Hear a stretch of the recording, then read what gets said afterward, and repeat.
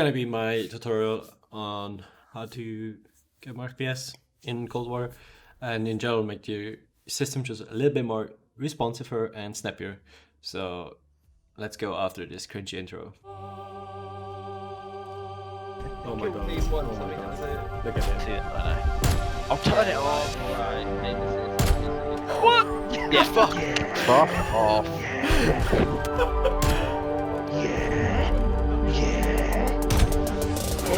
Turn this the fuck off. Oh my god, what was that? Was that 5 multi? Let's go! Yes! That was a multi! That was a multi! Yes! Yes! Oh! Is that triple? Wait, that was triple! That was the triple! Yo! I'm not.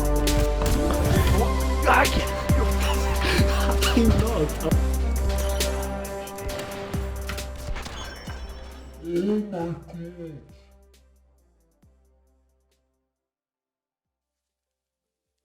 Alright, so first one we're gonna go to System Control Panel. And right here in the top right corner you can see put it on big symbols. If you want big symbols, just yeah. And then just go to Energy Options.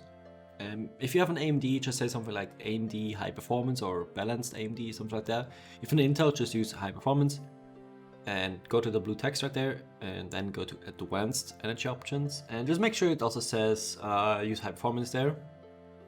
And in PCI Express, you really want that off, because if you have this on moderate or something, it really bottlenecks your system, so you don't want that. Just turn it off and you'll be good. Alright, then we're gonna head to the Nvidia control panel. And basically those are like my settings, and you can see, as you can see, sharpening off, ambient conclusion off, entry, sub probe filtering, everything like that, just turn it off. And CUDA use all, and then down here we use power management mode. I have this on prefer maximum performance, refresh rate, highest available, shadow catch, I have this on. If you run into problems you can turn it off. And texture filtering, anti, I don't know, turn this off, and then negative LOD BIOS, I have this on allow. And quality texture filtering, I have this on high performance, because I want the maximum performance in game. And then texture filtering, I have this optimization also on off. And then threaded optimization, right now I have this on auto. If I put this on, I mean, I'm not too sure, like I feel like the game should like trigger to use all threads even without this option, but I have this just on auto. And if I feel like it's after a patch or something is weird, I just turn this on. But this really, like, I just have this on auto right now. Like, you can choose whatever there. But yeah, and also one other thing is low latency mode. I have this on off right now, because when I turn this on, the system feels a little bit more snappier, yeah, but I feel like this cooks my CPU so hard, like I just really can't have this on all the time. But right now I have this off, so you just mess around a little bit on your own there and see what goes for you. The most important thing about this whole guide, removing bloatware. So I'm gonna show you step by step. Okay. Alright, so there's gonna be a link down in the description also to his video. I definitely recommend you watch his video, because he's gonna do even some more stuff that improves your PC, and he goes like more in depth. I can just show you how to do it, and that's basically it. So download the link, the file in the description, and then just open Windows 10 deploader master, and then open the Windows 10 deploy GUI.ps1. Open it as editor. Then just Control A and Control C to copy everything. Then open a PowerShell as administrator, and then just copy it, paste it. And then here this GUI should pop up, and you want to go with remove all bloatware. It's gonna take some time now, shouldn't take too long. As you can see, removing Xbox game bar calibration and all this stupid stuff, and should be done now. And next thing, I'm gonna disable Katana as well, because I don't need it. And I'm actually also gonna uninstall OneDrive. Of course, if you use OneDrive, don't do this. But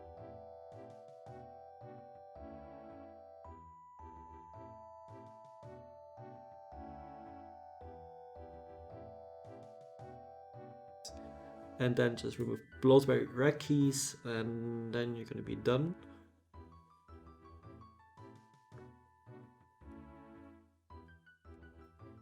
And then, yeah, now it's finished. Additional Bloatware keys have been removed. If you want more in-depth, I really recommend you watch Xanabet's video.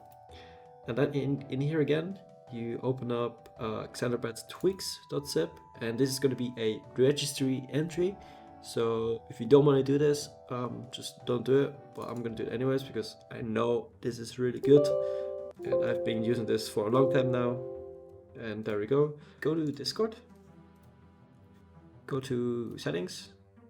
Go to overlay and disable in-game overlay. This will improve FPS and fix stutters. And then go to appearance down here. I know it's in German, but it should say something like appearance. And then scroll all the way down to hardware acceleration and just turn this off.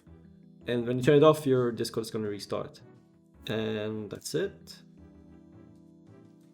Next thing, you're gonna go to your File Explorer, then you go to Documents, go to the Black Ops Cold War, Player, Config, and go to Threads, Control F and search for threads, and then put this to how many threads you have. So if you wanna know how many you have, just go to Task Manager, Performance, and then go to your CPU, and you will see logical processors and cores, and whatever it says cores, that's how many threads you have. So I mean, that's the number you have to put in here, and then just save and exit, and there you go. That's all said and done. And now we can go to Battle.net and start the game. And alright, so in game we're gonna go to settings and go to graphics.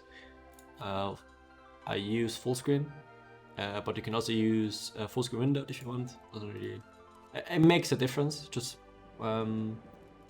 check what's better for you. I'm gonna use full screen for now. I use 240 Hz. Gameplay VSync off, menu VSync off. Just use what hertz you have. If you have 120 or 144, just use that.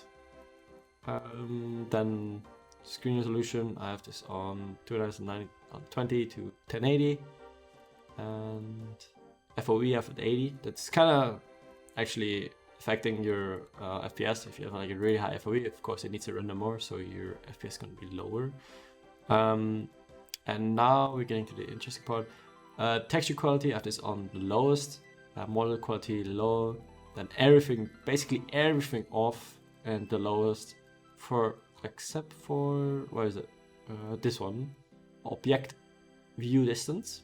I have this on high because, especially on satellite, you can see people way more clear, and yeah, that's pretty important. If you have this on low, you just like see like mist, or like it's not clear for some reason. But if it's on high, it's actually way better.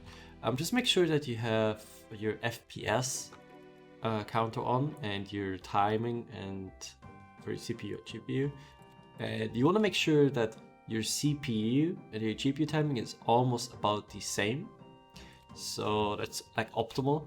If you have like 10 milliseconds or like 40 milliseconds CPU, then you know like something gotta be wrong, and your GPU is like at 1 millisecond or something. Something has to be wrong. I'm roughly getting about 220 FPS right now, maybe. It used to be more, like last update kind of made it worse for me, but still runs okay. Oh, and one thing I missed here is I have Nvidia DLSS on quality. It doesn't make a big difference on me, but for some people it's a huge difference. Oh, and also just realized I have After Effects open. So yeah, so I think 240 FPS, 220 FPS is really good right now for the fact that I have After Effects open. But yeah, so.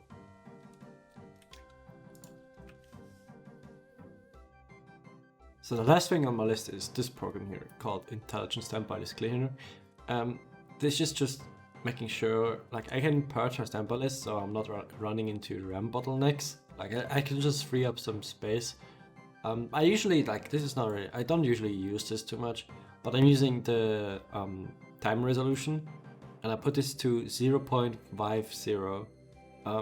This just makes your system a little bit low, like the latency is a little bit lower and just makes things like a little bit more snappier, which is, it helps me flicking on people easier.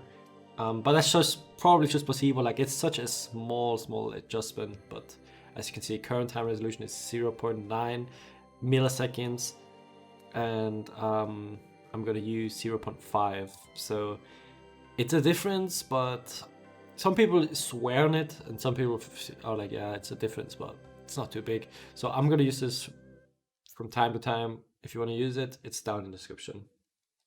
So that's probably the end of my video.